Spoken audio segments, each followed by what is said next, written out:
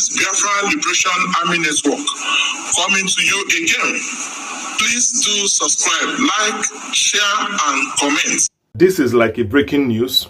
This news is about Nnamdi Kanu and is coming from my Kenyan source because ever since this case has been going on, and once that revelations was made about the Kenyan court's intervention in this whole thing, I have been in touch with lots of sources. I reached out to lots of sources in the Kenyan circle, in the media, and in their press to know more about what has been happening inside. And I will tell you authoritatively that the Kenyan government is sending delegates to Nigeria for the release of Nnamdi Kanu and also to see how they are going to solve this international crisis that has happened between the country. This is because President Ruto of Kenya right now is under pressure.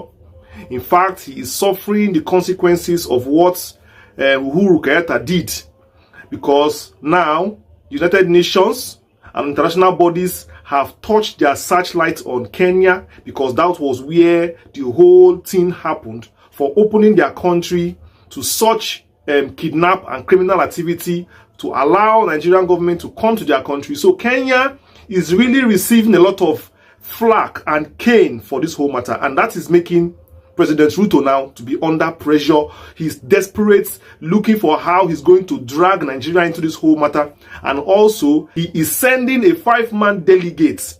He is sending delegates to Nigeria, in fact, that will be in the country before the 18th of July. And these delegates have one mission. I'm going to read out this whole article from my Kenyan sources, and you will be amazed at what is going on aside this Nnamdi Kanu issue. You can see the way they hurriedly want to cover up this Buhari issue. You can see that there is a desperation on the side of Nigeria to cover up, because already something is happening. And these whole events that are happening is pointing directly to the same issue. There is fire on the mountain, and Kenya is prepared to wash his hand off it, and also the other way, try to see how they and Nigeria, who is their co-partners in crime, resolve this matter by getting Nnamdi Kanu out, and also find a way to cover up for their international mess. You also know that in Kenya, President Ruto and Uhuru Kenyatta, which is the one that left before him, they are not in good terms at all.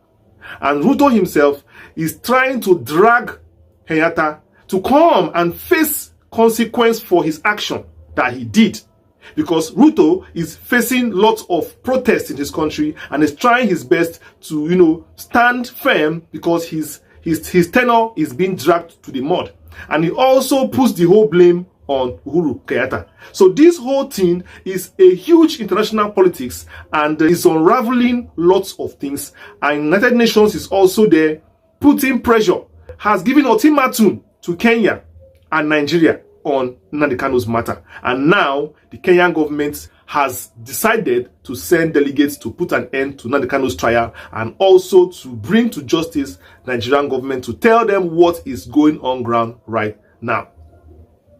Let me read out the excerpts from my source in Kenya, who I have been in touch with for Nnamdi Kanu's matter that happened in Kenya. He wrote, "In a move that has sent shockwaves through diplomatic circles in Africa and beyond, a 5-man presidential delegation from Kenya will land in Abuja this week.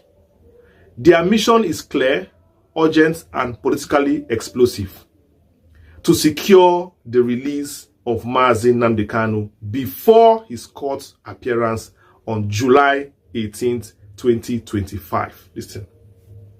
This delegation is led by Justice Minister Martha Koome and top foreign affairs diplomat Fred Matiang'i. The team will be dispatched directly by the President William Ruto under mounting pressure from United Nations and internal protests shaking his presidency. This move is about saving Kenya from international disgrace, and William Ruto's attempt to sever himself from the crimes of former President Uhuru Kenyatta, whose regime secretly approved Kanu's illegal abduction and rendition from Nairobi in 2021 June. A senior diplomatic source in Nairobi confirmed to the Africa Report. He said, Ruto is done. Ruto is done covering up for Uhuru Kenyatta. The UN has threatened to open full files. Kenya has already been exposed by its own court. Nigeria now must release Nnamdi Kanu or we will all go down. Now, on July 1st, 2025, the United Nations Human Rights Council issued a 30-day ultimatum to the government of Kenya. What is their demand? 1. A full disclosure of all state actors involved in Nnamdi Kanu's abduction. 2. Immediate cooperation with reparative efforts. And 3. The release of Nnamdi Kanu and also concrete action on the events that happened. A leaked memo from the UN Office of the High Commissioner for Human Rights stated, Kenya's continued silence on this matter mounts to obstruction. Failure to comply will result in an inquiry under the UN Special Procedure mandate. Nigeria's role will also be brought under scrutiny. A Kenyan court has already given Nnamdi Kanu victory. The ruling declared Nnamdi Kanu's rendition as unconstitutional, unlawful, and a violation of international human rights treaties to which Kenya is a signatory. That verdict officially acknowledged Kenya's complicity, breaking the silence and laying all blame bare. Now, Ruto is racing against time, trying to repair diplomatic fallout before it consumes his government and permanently stains Kenya's international image. At home, President Ruto is battling massive youth-led protests with his presidency on life support after the July 2nd, 2025 storming of Parliament's building in Nairobi. The political temperature is boiling. Ruto's opponents are calling him a puppet of the West, while many young Kenyans accuse his government of betraying its promises of transparency and justice. Bringing Nnamdi Kanu's case to a just resolution, sources say, is Ruto's way of reclaiming moral ground and also humiliating Uhuru Kenyatta, whose administration initiated the secret deal with Nigerian authorities in 2021 and may also be responsible for the uprising he's facing in his country. Now, the Kenya delegation has already been in contact earlier on with the Nigerian counterpart, and it made its position known. It said, Kenya has officially acknowledged its role, declared damages to be paid, and accepted the judgment of its court. Nigeria must now do the right thing. Don't let this escalate into a regional and international crisis. The delegation is pressing for the release of Nnamdi Kanu before July 18th, when Kanu's no-case submission will be decided at the Federal High Court, Abuja. Kanu has already won on multiple landmark victories. Remember, on October 13th, 2022, the Court of Appeal, Abuja, discharged and acquitted him of terrorism charges. On October 2022, again, a High Court Numa here declared the 2021 arrest illegal and unconstitutional. And then on June 2025, the Nairobi High Court ruled liable for abduction, awarded Kanu compensation. Yet, despite these judgments, Nnamdi Kanu still remains in solitary detention under DSS custody, sparking international outcry and accusations of lawlessness. So now the world is watching. If Nigeria releases Kanu, Ruto and Kenya will be free, and Ruto definitely will score a political strong point, and the UN will back off his country, back off his government, and Kenya can now move forward. But if Nigeria refuses, both countries will be dragged before United Nations Human Rights Committee, more lawsuits will emerge and the African Commission on Human and People's Rights sanctions will follow immediately. So in the next 48 hours, the delegation will land in Abuja to finalize the release of Mazi Nnamdi Kanu and further discussions on how to remove the coming sanctions from United Nations, African Union with the Nigerian government.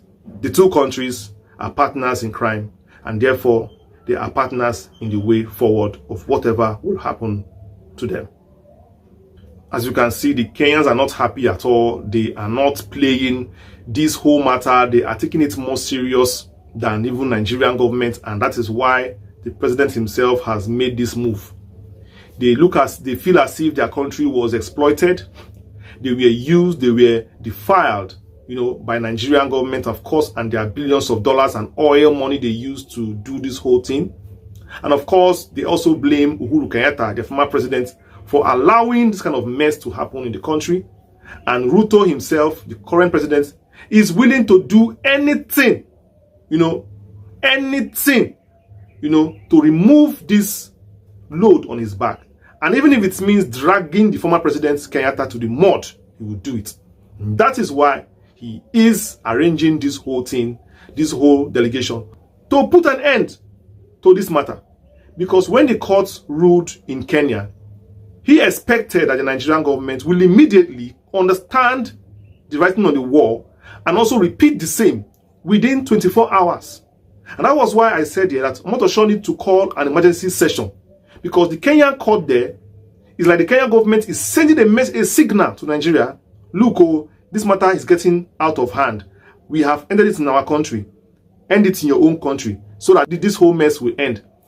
The Nigerian government did not understand writing on the wall. They did not understand because of bigotry and hatred. They don't understand. This was a clear opportunity for them to end this matter themselves. Call yourselves to order. But instead, they rather chose to end the Buhari movie. And that is why they are running up and down, trying to let Jibril go. So that, because of this whole problem coming now, so that it will not backfire on them. I don't want to talk about Buhari. But definitely, the Nigerian government failed to do the needful as at that time in June when Kenyan courts, ruled in favor of Kanu. And now, the ball is now in the court, because in the next 24 hours or 48 hours thereabout, it's not going to be funny at all. Lots of things are going to be unveiled and revealed, and I want all of us to stay tuned to it, because there is fire on the mountain, and definitely it's going to consume a lot of people. A lot of people. Even if they have ended up removing Jibril, Jibril alone did not act himself. Lots of people will still will be brought to book by this whole matter.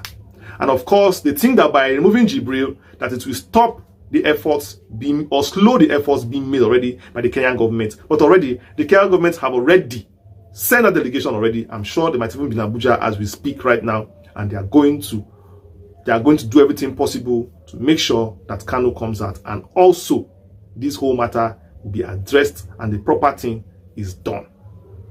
This is a victory for Biafrans around the world, a victory also for Ndigbo. But we keep on watching to see, because injustice is injustice anywhere around the world. Nnamdi Kanu has spent lots of his productive years in the dungeon. The time he's supposed to use to, do his own personal businesses, raise his family, his son, have more children, of course, because I'm sure by now he would have had like 2 or 3 more kids. It's being wasted like this. And that is why I want to encourage Ndigbo. Let your love for Nnamdi Kanu never cease. Let your love even increase. Let your doubt for Nnamdi Kanu disappear. Because what greater love can a man ever give you than giving you his own life, his own self? Nnamdi Kanu has given us his life. Yes, his life, his years. He would have had like 3 or 4 kids by now, but still decided to abandon it all for the greater cause. And that greater cause definitely will come when all of us play a part together in ensuring that the light of Biafra keeps holding strong. I see a lot of encouraging comments in the comment section. I really appreciate all the wonderful comments you write for me. I appreciate the care. I appreciate the concern you also have for me. I also appreciate encouragement I receive, that it helps me to know that yes, I am on the right path. And definitely a lot of you, thousands of you appreciate everything I do here. I do not take it for granted. Thank you very much for the likes. Thank you very much for the subscription, for the follows. Thank you very much also for turning on the notifications and clicking on the bell that says all, particularly, so that you get updated whenever we drop a video. So all my supporters family around the world, we are a family of truth. We are a family of purpose. We are a family that mounts strong for Nnamdi Kanu, who is the general leader of Ndigbo around the world. We owe our loyalty. We pledge our fealty to Nnamdi Kanu till the last day.